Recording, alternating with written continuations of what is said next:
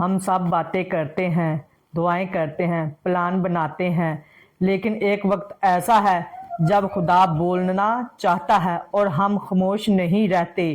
Bible کہتی ہے خاموش رہو اور جان لو کہ میں خدا ہوں۔ زبوروں کی کتاب اس کا 46 زبور اس کی 10 آیت میں لکھا ہے۔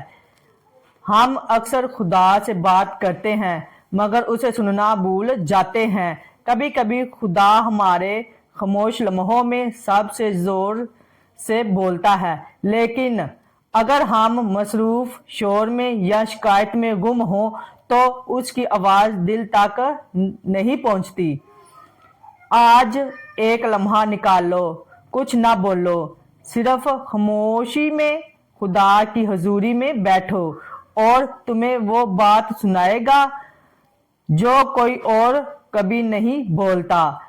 بائبل میں لکھا ہے میری بھیڑیں میری آواز سنتی ہے۔ یوحنا کی انجیل اس کا 10 باب 27 آیت میں لکھا ہے۔